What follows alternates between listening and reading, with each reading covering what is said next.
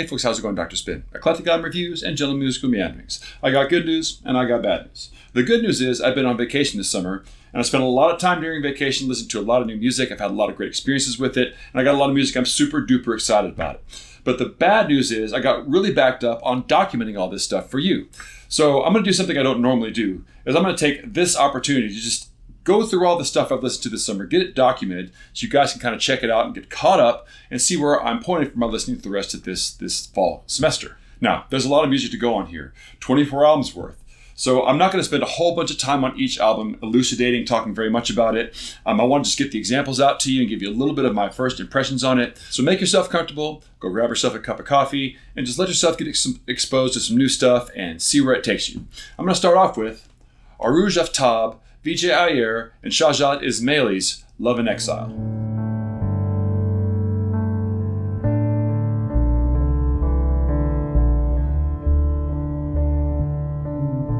दसोनी इलाज कोई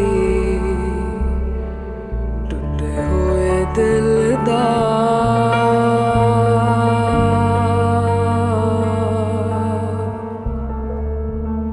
करा की बहाना. This is an atmospheric, almost ambient recording by three transcultural musicians, all three of which share an upbringing in America, but their backgrounds are in Pakistani and South Indian music. It's a beautifully rendered recording that shows really the way in which intuition can lead musicians from disparate backgrounds into spaces that occupy tradition and composition and improvisation. Okay, next up I got Beauty Pills, The Blue Period. For a while, yeah. And the new dance craze is the same as the old one, the unsustainable lifestyle. There's only so much oxygen. There's only so much oxygen. There's only so much oxygen. This is a compilation of several of Beauty Pill's early recordings, and it really shows the bare bones essence of their textured art rock approach. Harmonic strengths and melody and lyric interplay really make this a great feast for the ears. Probably the only complaint that I ought to have is because it's a compilation, towards the end you have a little bit of redundant material that shows up in demos, but even that stuff is worth listening to. Okay, next up I got Crownland's Fearless.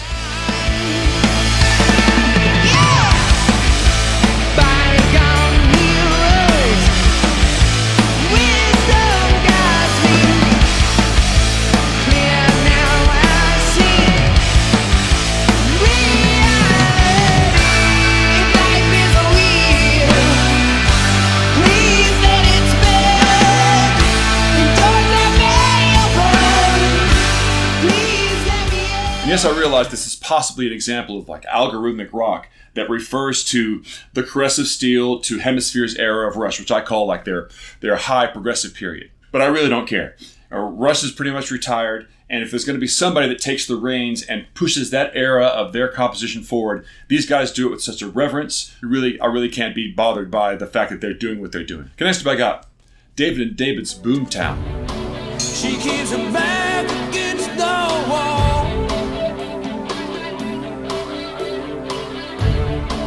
She keeps her back against the wall. So I say, welcome to the Boomtown. Pick a habit, we got plenty to go around. This is an album that's on rotation quite a bit when I was working in Hastings Music in the Mall in the late 80s and early 90s.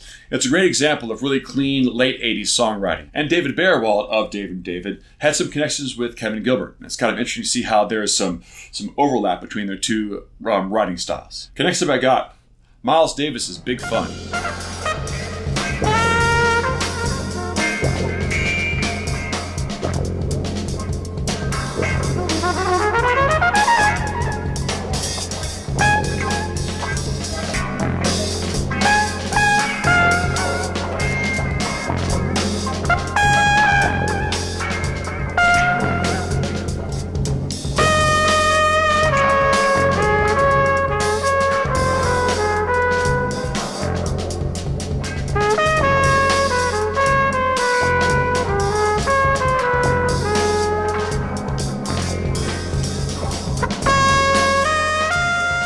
This is a massive compilation of late 60s and early 70s work by Miles Davis, starting pretty much with the Bitches Brew period. And I say massive because if you look at the track list, each of these is like, 5 tracks long. It's a 2-disc set, but some of those tracks are 20 minutes long. And this is kind of a challenging period in Miles Davis's, progression, in which he kind of starts looking at the possibility of maybe being considered an ambient artist.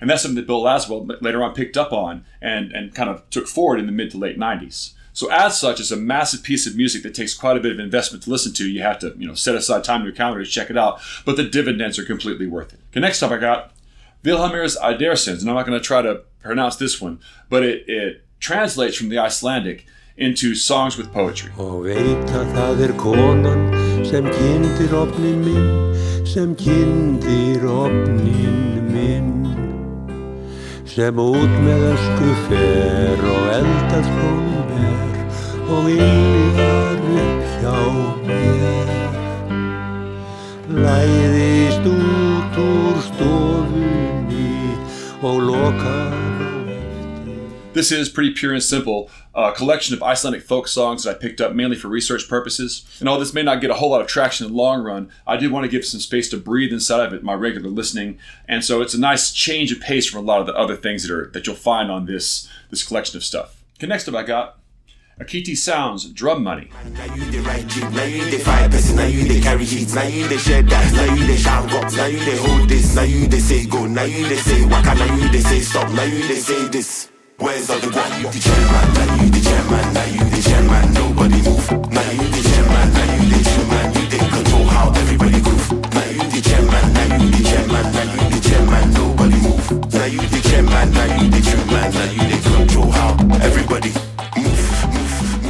This is another great example of a musician who has kind of dual citizenship. He's got very strong roots in Eastern Africa and Ghanaian pop music styles, but also has spent equally the same amount of time, pretty much, in London DJ work. It's got a noticeable polyrhythmic aspect to it that ties it to that Eastern African tradition, but also really a strong production value that comes from that London DJ background. It's not quite hip-hop, it's not quite straight-up Afro-pop, but it definitely is a great melding of those two different styles of music. Okay, next up I got Fleetwood Mac's Tango in the Night. And that you always will. Oh, you beg me to keep you in that house on the hill, looking out for love,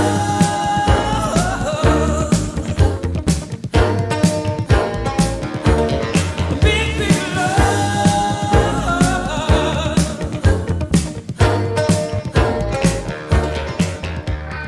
Another classic Fleetwood Mac album, this one from the mid to late 80s, and one that many would say that is probably their last really great classic album. So the high points in this album are really high, and the low points in this album are really kind of forgettable.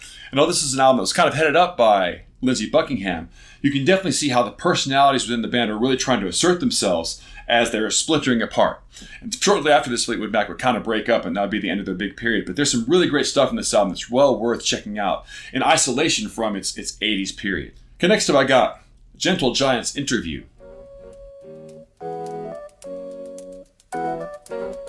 Yeah, we all here. Everyone know what not to not say. We like a lot, want to be seen. Rock and roll music, don't take us something that we're not. True, it looks better. Time is like turning someone on. We feel we are alright. Yes, we have troubles, but for that, rather have none and do we think it's right. This follow-up to Freehand was Gentle Giant's sort of satirical commentary on the music press and music journalism in general. And although it has all the requisite complexity of a Gentle Giant album, I do think it's a more palatable listen than maybe the earlier stuff where the complexity overrode its accessibility. Okay, next up I got Haken's Virus. Letting go, latching on to something new. If this breath's the last I breathe, what if all of my sins are still addicted to me? When did we give up the ghost as a trade for a heart that begins to break? Virus is an example of sort of this bifurcated prog metal, power metal hybrid. because Haken, I think, really kind of ping-pongs back and forth between these two styles. And I think that I kind of have lost my taste a little bit for prog metal because those aspects of this recording don't appeal to me as much, but I love it when they burst into their more melodic components, and that's kind of the thing that, for me, keeps this album afloat in the big picture. Okay, next up I got Jantra's Synthesized Sudan.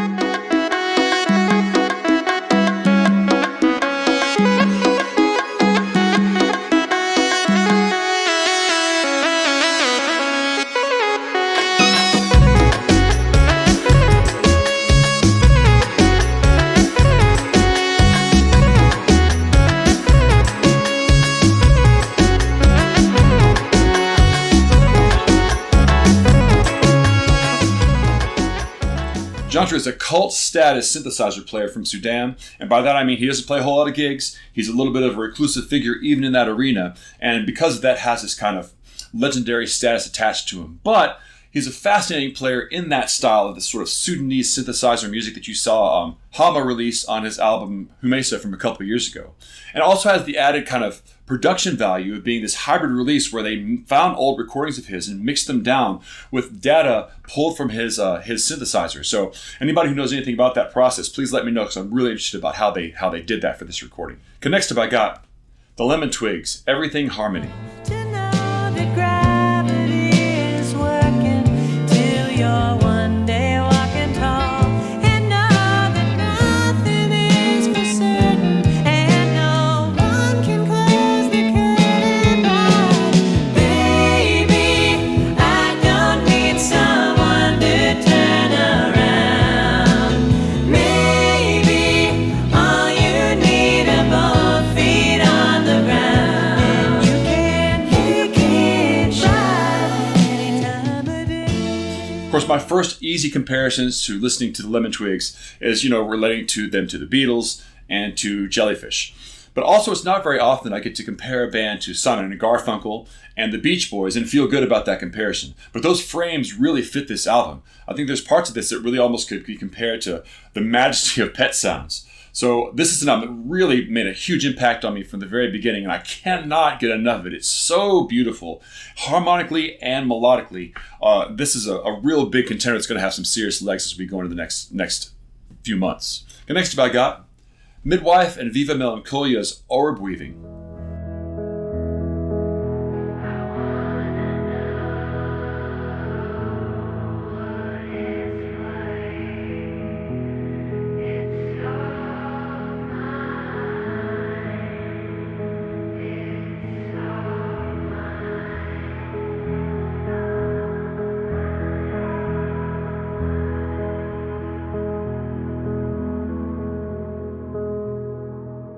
Orbweaving came up with a lot of really solid critical acclaim over the course of the last couple months. I finally took the dive on it, and it's tries to capture this fuzzed out shoegaze sound with vocals kind of pushed way in the back. And although I think they're trying to go for that kind of shoegaze wall of sound, I think possibly there's some balance issues that kind of cause them to miss the mark a little bit. Rather than putting the guitars up in front and back, there's just a sense that the drums are just pushed way back like into another room. So balance issues don't really equal to shoegaze styles, but there's a really nice aura to this album that refers to a lot of the dream pop that you associate with a David Lynch movie. And next, Mong Tong's Tau Fire.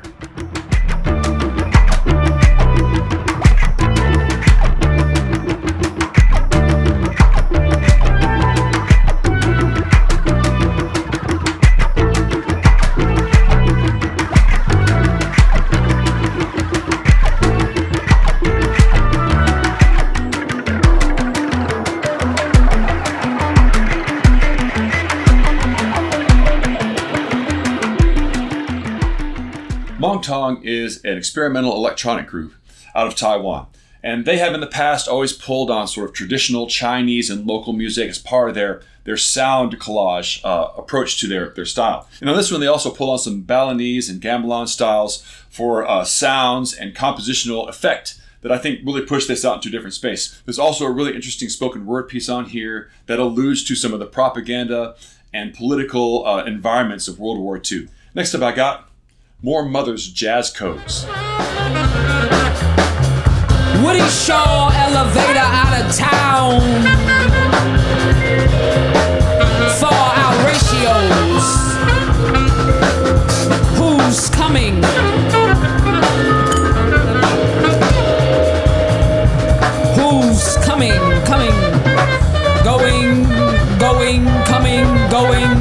who's coming, going back to a deeper path. I've been following Moor Mother's primary spoken word albums for the last couple of years, but she's a very prolific artist and does lots of side projects, not the least of which was the side project, jazz project, Irreversible Entanglements. And she's always had kind of a foot in the door of that jazz world. Now, this is not her jazz album, but it definitely has a sense of referring to a lot of that jazz feeling and the sounds of jazz, and of course recombining them into something a lot more ambient and esoteric. And I think it's a good move for her. It really helps push her narrative forward and allows her to play off of the sounds of that style of music. Okay, next up I got the Nakibembe Embaire group, their self-titled debut.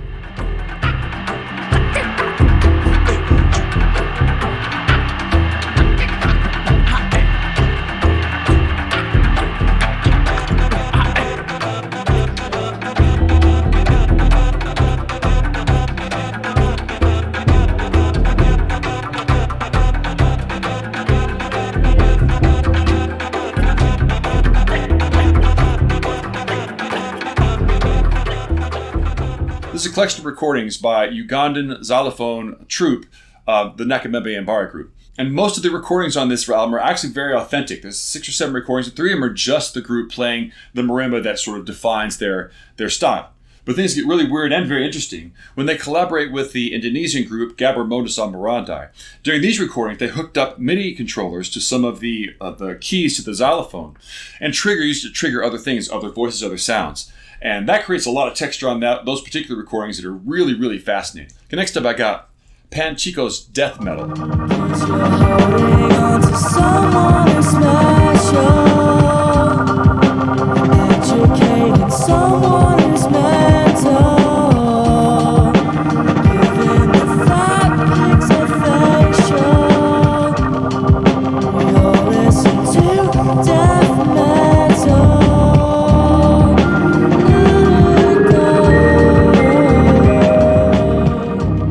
I was drawn to this album because of its early 2000s synth pop vibe. It reminded me a lot of the Postal Service, and that was one of my albums of the year from several years ago, so I really wanted to check this one out. But to find out it has this very, very fascinating history of being almost dead recording that some guy found in a bin somewhere and started doing all this research on them and actually brought the group back to where this album was re-released in a contemporary setting. A really interesting sort of case study of how this sort of musical archaeology can bring things back to life online. And next, Arlo Parks, My Soft Machine.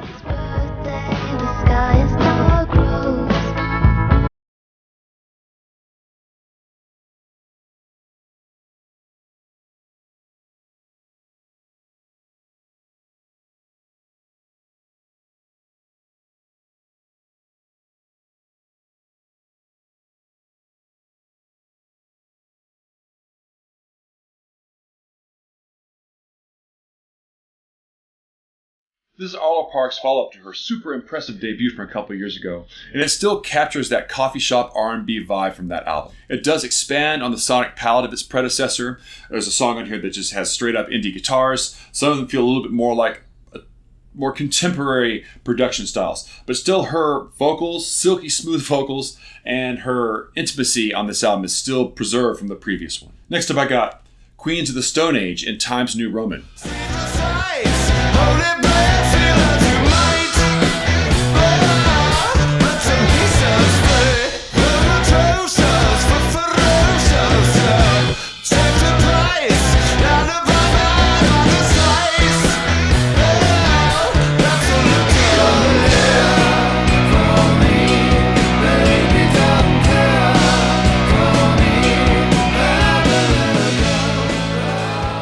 Hooks abound as Queens of the Stone Age recall 70s acid rock, crush it to little bitty pieces, and recombine it and make it feel contemporary today. In my previous experiences with Queens of the Stone Age, I hadn't really noticed how much Josh Homme is really trying to pay homage to David Bowie, but on this one it feels very, very pronounced. It's almost like Tin Machine 3. Bonus points if you know what I'm talking about there.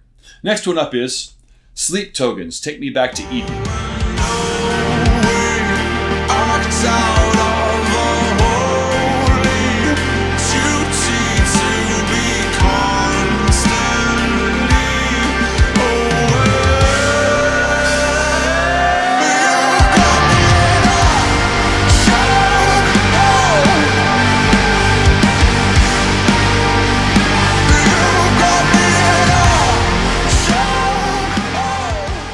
Like the band Ghost, Sleep Token plays a little bit with anonymity, which I think in the 21st century, where everybody knows everything about anybody on the internet, if you're able to maintain some level of anonymity and kind of get to some level of visibility, that's to your advantage. And although that is kind of a gimmick, it doesn't hide the catchiness and diversity of Sleep Token's sort of approach to pop thrash music. Next up is Squid's O Monolith.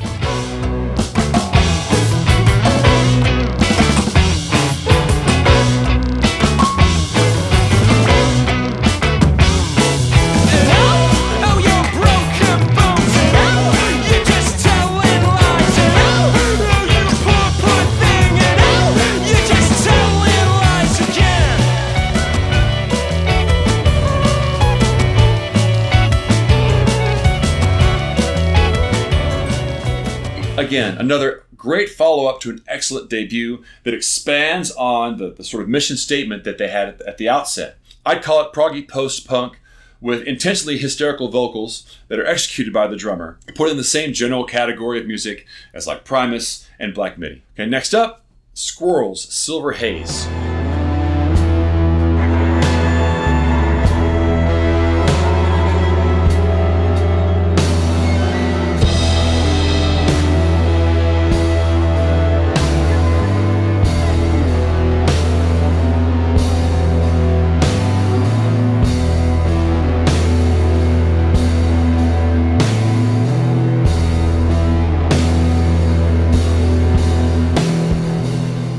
Silver Haze sort of attracted me with its sort of sinister take on sludge music, and it works best when it's on its instrumental side or when it works as spoken word pieces. There are a few vocal tracks on here that I just can't quite get behind. But man, when they're focusing in on atmospheres and a very clear narrative, I think that Squirrel does some pretty interesting work. Getting close to the end, folks. Next one up I got Dudu Tassa and Johnny Greenwood's Jarak Karabakh.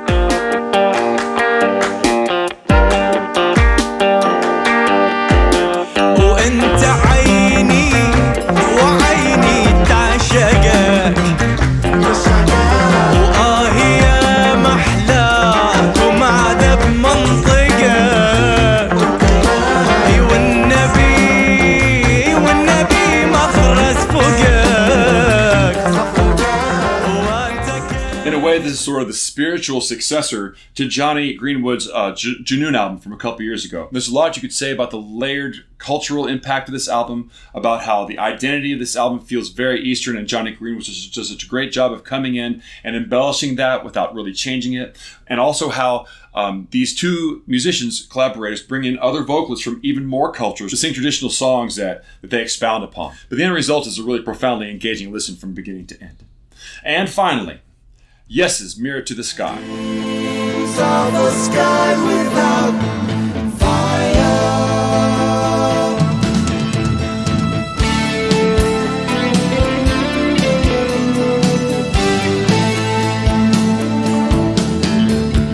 Dreams of a sky without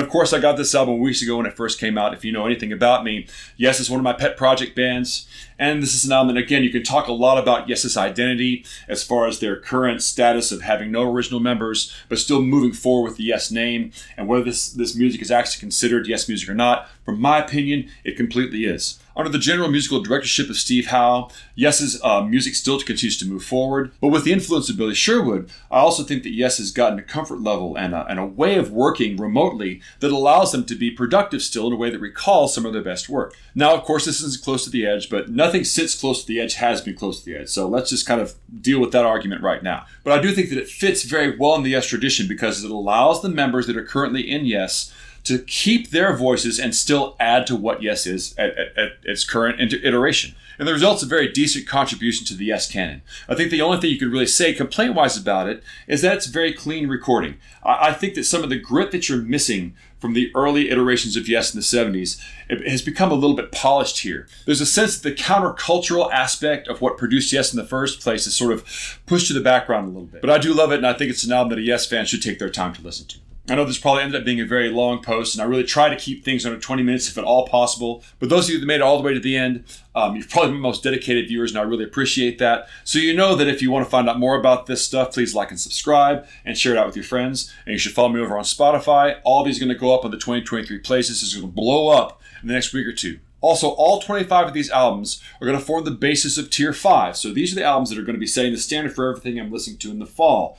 If you want to be involved in that as I go towards my 2023 Best of albums, please subscribe to my Patreon page below and add your voice as we look for the best albums of 2023. And until you see you next time, I'll catch you guys on the flip side.